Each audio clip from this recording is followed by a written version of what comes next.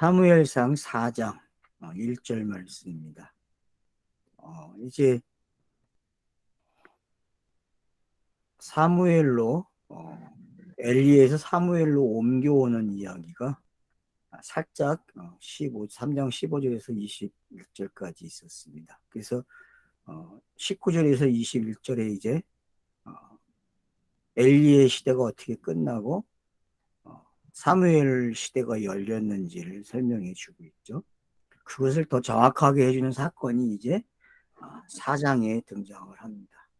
그래서 4장은 많은 사람들이 참 이야기도 많이 하고 재밌는 이야기가 많은 곳이죠.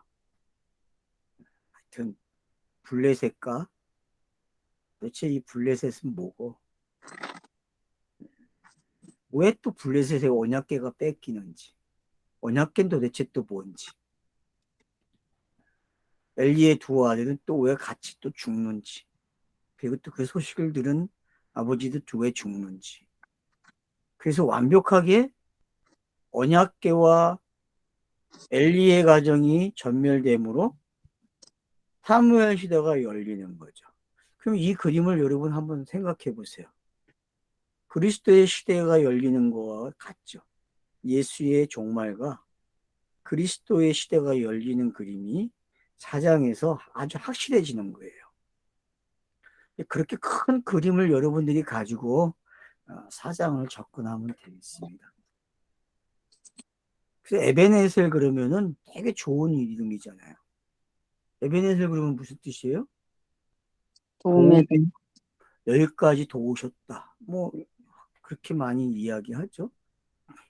자, 이제 보세요. 사무엘의 말이 온 이스라엘에 전파되니라. 사무엘의 뭐, 말 전파되니라. 하야. 전파되니라가 하야로 돼 있더라고. 금방 내가 봤는데. 아무튼 뭐 특별한 게 없어요. 그냥 사무엘의 말이 전파되고 있어요.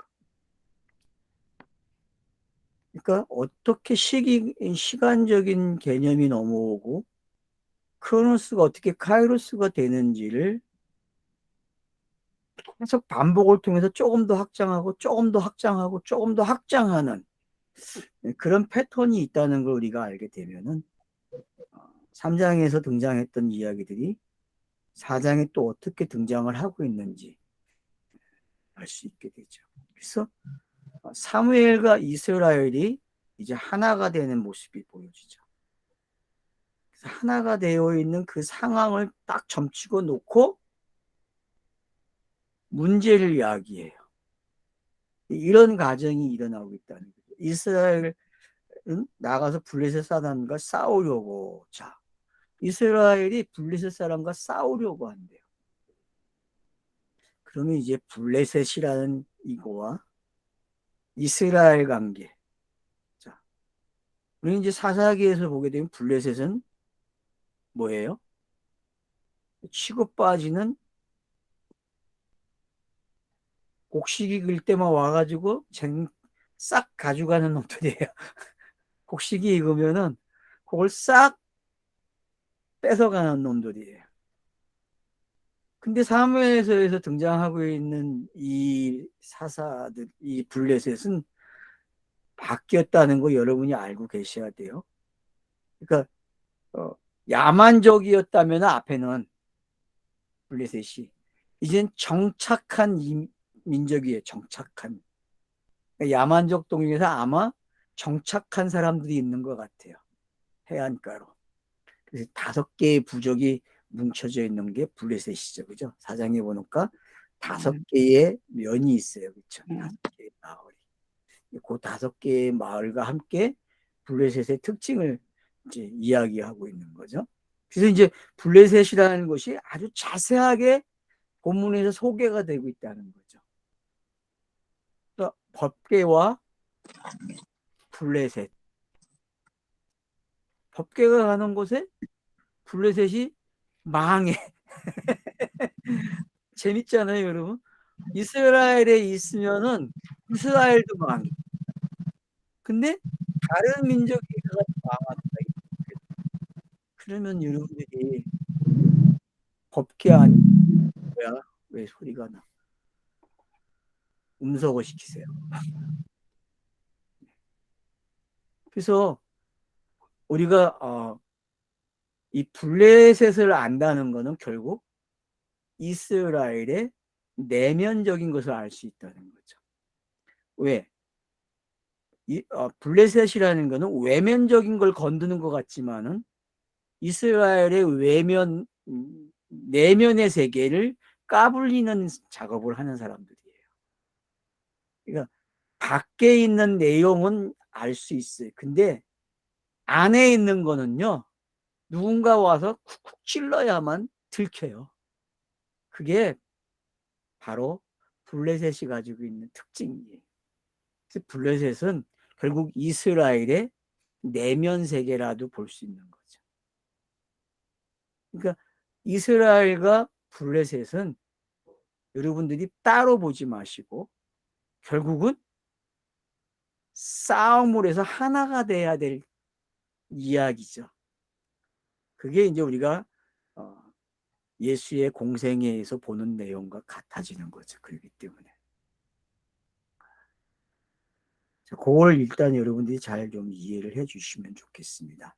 그래서 이스라엘, 블레셋 그러면은 블레셋이라는 것은 어디서 시작이 됐습니까, 여러분? 쭉 올라가면은 창세기 몇 장에 등장하죠, 블레셋이? 어느 지파의 에서의 족속에서 태어납니까? 아멜 어느 쪽이에요? 이게 에서예요? 아니면은 이스마엘 쪽이에요? 창세기 10장 14절에 바두르신과 가술림과 갑돌임을 낳았더라. 거기 무슨 그러면은 그 세 명의 아들들 중에서 한 쪽에서 태어나네 블레셋이. 블레셋이 가술림에게서 나왔더라. 이났네. 그렇게 돼 있어요. 그러니까 여러분들이 그런 것까지도 좀 알고 계시면 좋겠어요. 꽤 일찍 시작되는구나 10장에서. 그러니까 노아의 세 아들들 뭐 어느 지파에 속하는 거예요? 이게 세 아들 노아의 세 아들이 누구죠? 셈, 세, 함, 함, 야벳이죠. 야벳. 아마 야벳에 속하겠네요. 함이나 야벳에 속하겠네. 함이 맞겠다. 함. 요거는 저기 뭐 함의 아들이네요. 예, 함이 맞. 우스가 또 니무롯을 낳았으니 그 족속이네. 예. 우리가 이제 그러니까 함의 역할을 알잖아요, 그죠? 함의 역할은 예언되었잖아요, 그죠? 함이라고 하는 그 역할을 통해서 결국은 성경 이야기가 구성이 되죠. 종이 되는 게 함의 아들 중에서 누가 되는 게 가나안이 되잖아요, 그죠? 함과 가나안의 이야기는 같은 내용이죠. 그래서 여러분들이 노아의 이 이야기 속에 9장을 읽게 되면 창세기 9장을 읽게 되면은 거기 세 아들의 그 장례가 세 아들의 장례가 아니라 성격의 차서가 거기 기록되고 있는 거죠. 그죠? 세 명이 가지고 있는 어떤 이야기를 예언해 주고 있는 거죠. 그 이야기가 지금 여기도 들어와 있다는 거죠.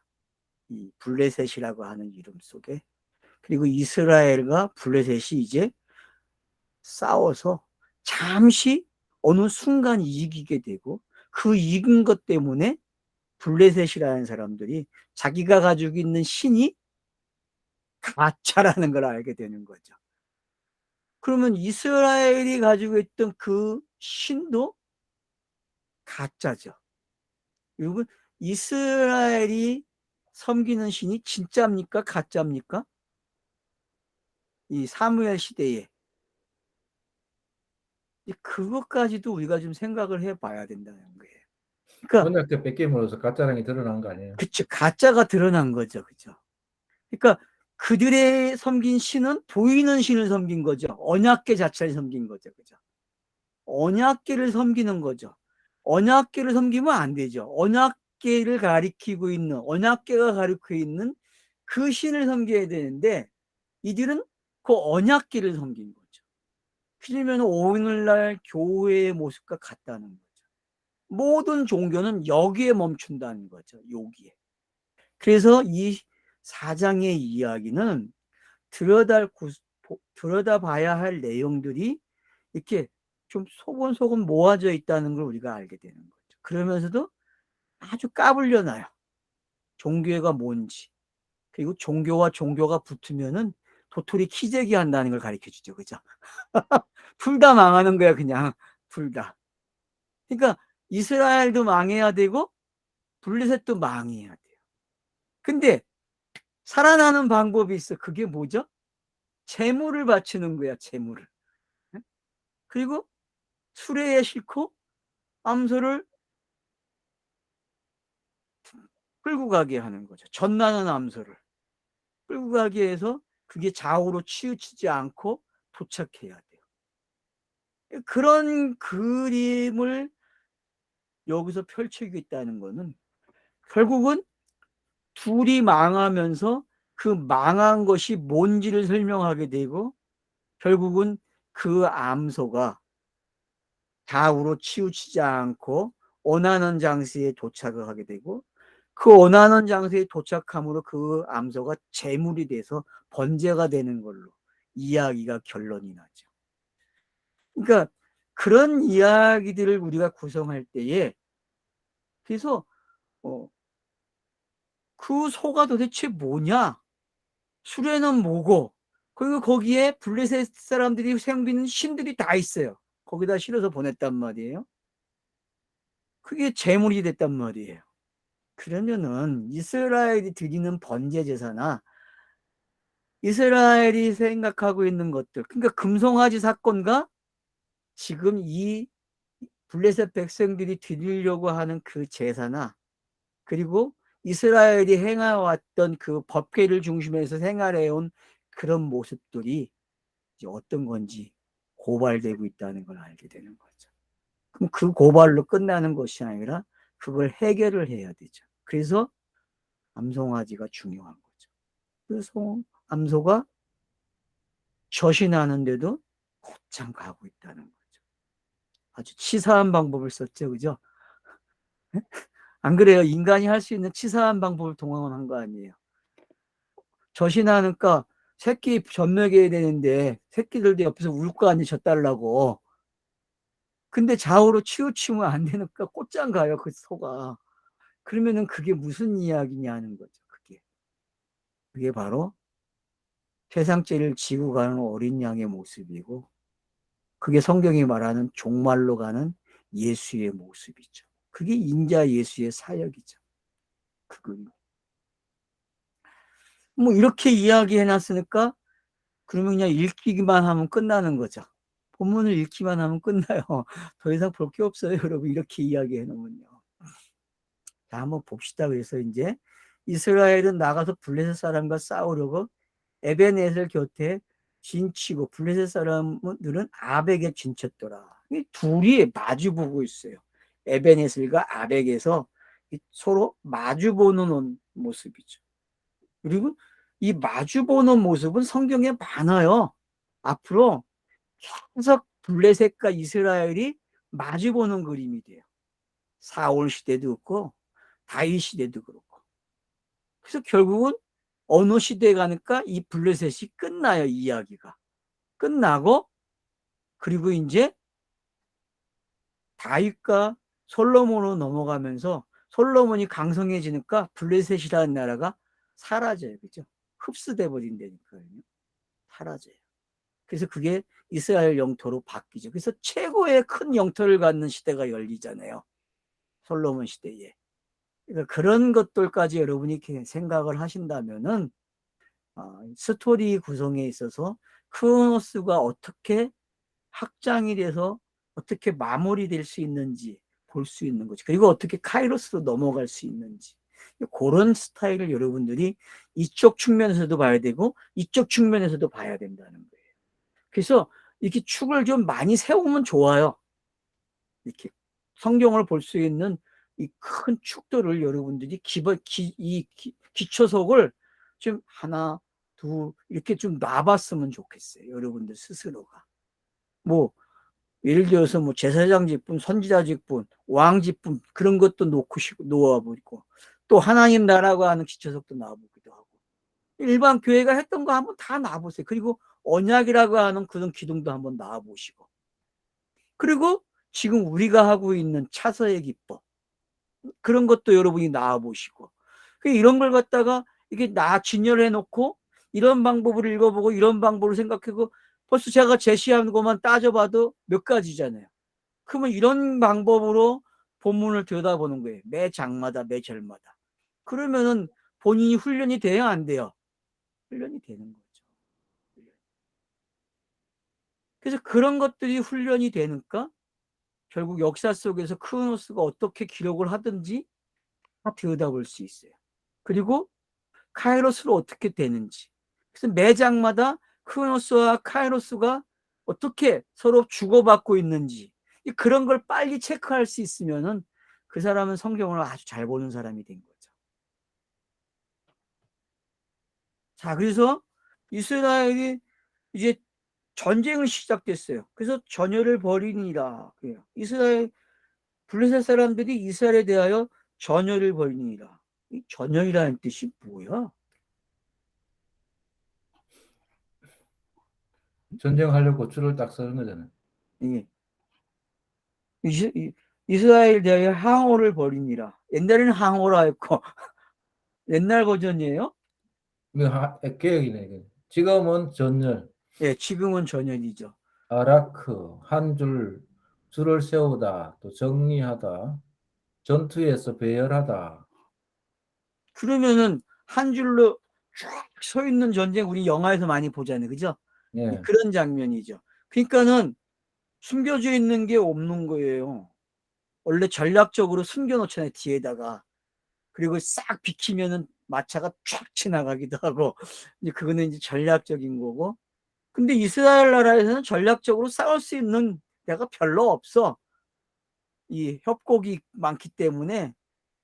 그러니까 여러분들 이제 그런 걸 좀 이제 또 기억하시면 좋죠. 그래서 일단 전열을 벌이니라. 그들이 둘이 싸우다가 이스라엘이 블레셋 사람들 앞에서 패하여 그들에게 전쟁에서 죽임을 당한 군사가 4,000명이래요, 여러분. 그럼 4,000이라는 숫자가 들어왔잖아요, 그죠? 4,000. 그러니까 여러분 뭐 명으로까지는 갈 필요 없어요. 그냥 4,000이라는 단어만 알면 되죠. 그러면 이 4라는 숫자, 땅에서 완성되는 숫자잖아요, 그죠? 그러면 천의 자리예요, 그죠? 천의 자리니까 좋은 일이죠, 그렇죠? 여러분 지혜의 자리라고 지혜가 충만해지는 자리되니까 이 4라는 숫자는 천으로 가면은 그러니까 4는 땅에서 완성되는데 그게 4,000명이 죽는 거예요. 그러면 옛날에 성경 읽기 할 때 4,000명이 죽었으니까 이스라엘이 뭔가 하나님 앞에 범죄해가지고 뭐가 잘못된 이야기를 읽었잖아요, 우리가. 근데 지금 블레셋에게 지는 이 이야기 속에는 이스라엘의 내면의 세계가 점령당하고 있는 거죠, 그죠? 외적과 내적인 것들이 지금 부서지고 있는 거예요. 부서짐으로써 다음으로 갈 수 있는 길이 열리는 거죠. 그러니까 그걸 우리가 읽을 수 내면 되는 거죠. 그거를. 그래서 4,000명이래요. 군인이 죽음을 당한 군사가 4,000이다. 백성이 진영으로 돌아오매 이스라엘 장로들이 이르되 여호와께서 어찌하여 우리에게 오늘 블레셋 사람들 앞에 패하게 하셨는고. 요들의 그 신간이 등장한 거예요, 여러분. 사람들이 성경을 읽고 만들어낸 신간이 이래요, 알았죠? 종교가 만든 신간이에요, 이게. 근데 이걸 왜 여기다가 성경이 기록하겠어요? 그걸로 멈추지 말라는 거죠. 그 생각 가지고 모자란다는 거예요. 사람들이 생각하는 그걸 벗어나라는 거죠. 이거는 사람들을 읽었을 때 이스라엘이 실패한 이유를 여기서 찾고 있는 거예요. 그래서 뭐라 그래요, 이들이? 언약궤가 없다. 언약궤를 실로에서 우리에게 가져다가 우리 중에 있게 하여 그것으로 우리를 위하여 원수들의 손에서 구원하게 하자 하니. 자, 여러분, 언약궤라고 하는 상징성, 그게 있으면 전쟁을 이깁니까?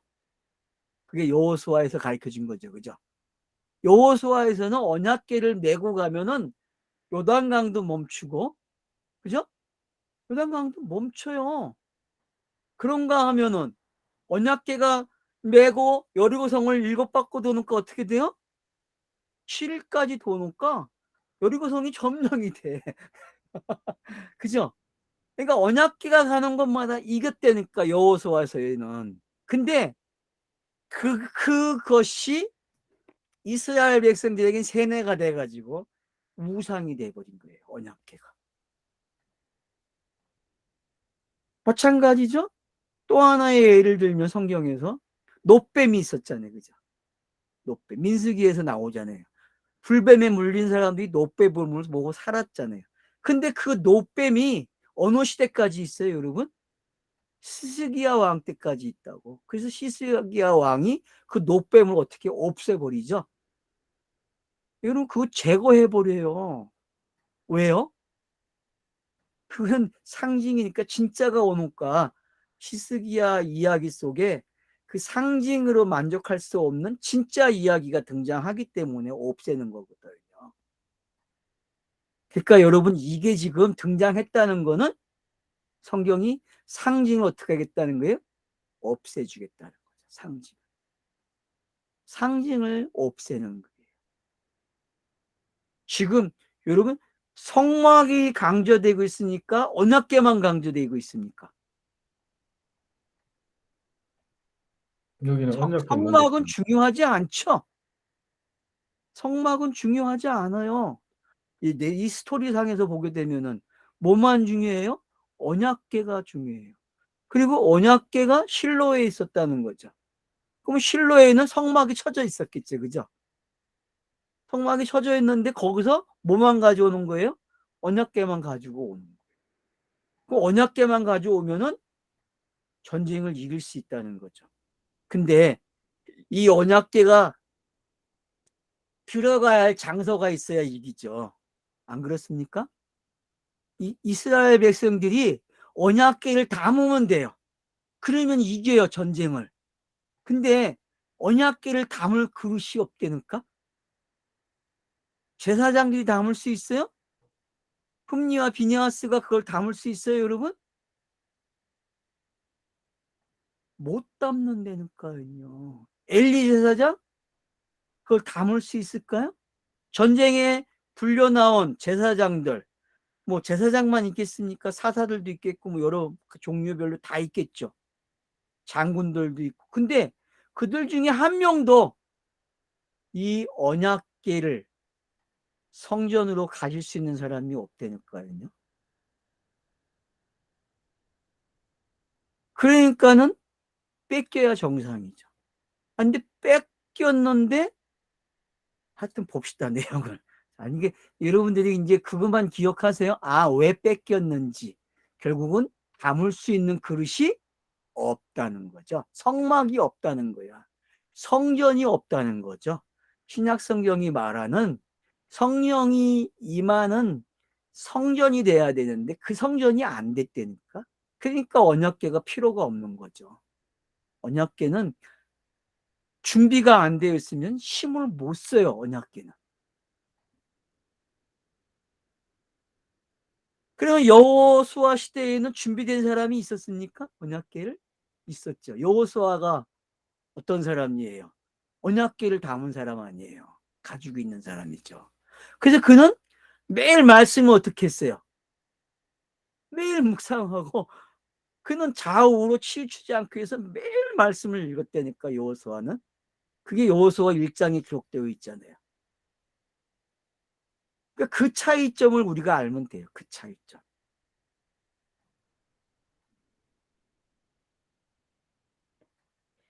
자, 그래서 이제 실로의 사람을 보내고 그룹 사이에 계신 만군의 여호와의 언약궤를 거기서 가져왔고, 좀 표현이 좀 이상하죠, 여러분?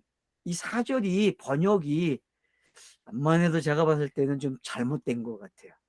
이 껴맞추기 한 번역이에요, 이 사절은요.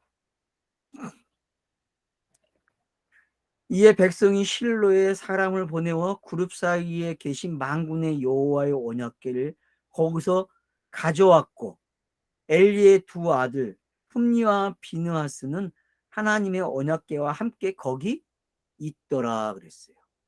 그러니까 실로에 제사장이 있는 건 맞죠. 근데 사무엘 이야기는 빠져 있어요, 지금. 근데 여러분 1절에 사무엘의 말이 온 이스라엘에 전파된다고 했는데 아직 전파가 안 된 상황으로 묘사가 되고 있어요. 중심 인물은 누구예요? 흠니와 비느하스가 되어 있죠. 그죠? 그러니까 여러분 이 내용이 왜 이렇게 교차가 되는지 이제 이해가 돼야 돼요.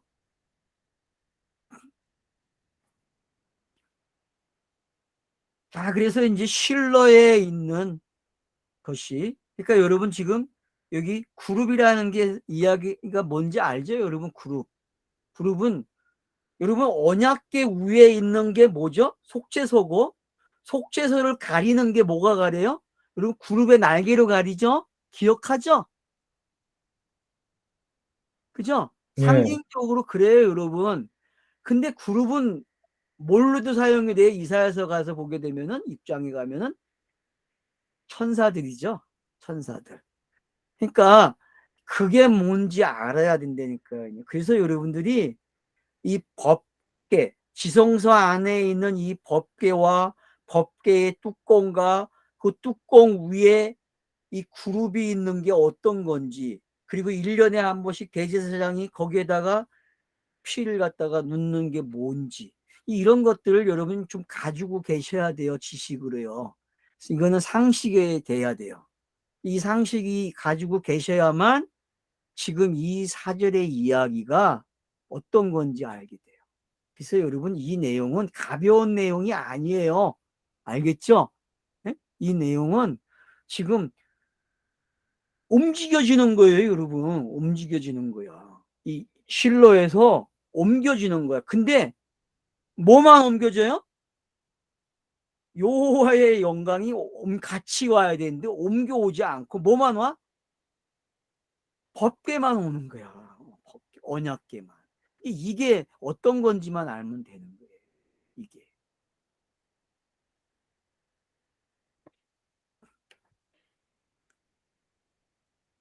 자, 여호와의 언약궤가 진영에 들어올 때 온 이스라엘이 큰 소리로 외치며 땅이 울렸다 그래요. 와, 대단하네.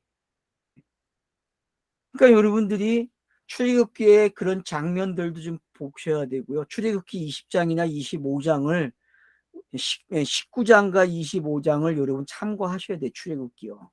그리고 여호수아 6장을 여러분들이 참고하셔야 되고. 땅이 진동하는 하죠. 진동하니까 여리고 성이 무너져요, 안 무너져요? 그리고 6장에 가니까 여호수아 무너지죠, 여러분. 그게 뭔지 알아요, 여러분? 네? 그러니까 여리고 성이 어떻게 무너지는지, 그러니까 그 기억을 되살리고 있는 거예요, 이스라엘 백성들이요. 근데 여러분 그런 본문을 지금 상기시켜 주고 있는데, 자, 그 시대하고 이 시대하고는 달라요, 여러분. 그 시대에는 그렇게 하나님이 사역을 하세요. 근데 이 시대는 달라. 재밌는 거죠. 왜? 왜 그럴까요? 구약과 신약의 차이와 같은 거예요, 여러분. 땅을 정복할 때하고 안착해서 생활할 때하고 다른 걸 여러분이 아시게 되면은 지금 사무엘이 기록하는 방식을 여러분이 많이 볼 수 있는 하나의 힌트가 되는 거예요. 그러니까 여호수아는 가나안 땅을 정복하고 나누는 이야기였죠. 그죠? 근데 사무엘 이야기는 그 나눔과 정착이 완료돼야 돼. 어떻게? 모든 지역에 여호와의 영광으로 충만해져야 돼요. 모든 지역이 아니라 모든 사람에게죠. 이스라엘 백성들에게. 그게 사무엘서가 멸망하는 내용이죠. 그죠? 그게 복음의 시대잖아요, 여러분. 성령의 시대고. 그 시대를 지금 사무엘에서는 향해서 가고 있는 거예요. 그래서 한 시대가 어떻게 끝내고 다음 세대로 넘어가는지를 지금 우리에게 몇 번을 설명했는지 몰라요. 이 4장까지 오는데. 여러분들이 기억을 많이 하시고 계시죠. 그죠? 지금 엄청난 반복이 이루어졌어요. 그걸 설명하는 데 있어서. 근데 어떤 큰 대전환점이 지금 생기고 있는 거죠. 엘리의 가정이라는 것이 사라지고 사무엘로 넘어오는 이야기가 되는 거죠. 그러면 도대체 제사장의 맥은 흘러가고 있는데 어떻게 사무엘이 제사장이 되지? 이제 여기서 우리가 생각을 해야 돼요. 사무엘이 여러분 어떻게 제사장이 됩니까? 양자가 된 겁니까? 양자가 된 겁니까? 아니면 학자들이 말하는 대로 에브라임이라고 하는 그 지파 안에 누가 있어요? 제사장들이 항상 가 있죠. 그죠? 12지파에 제사장들이 가 있잖아요.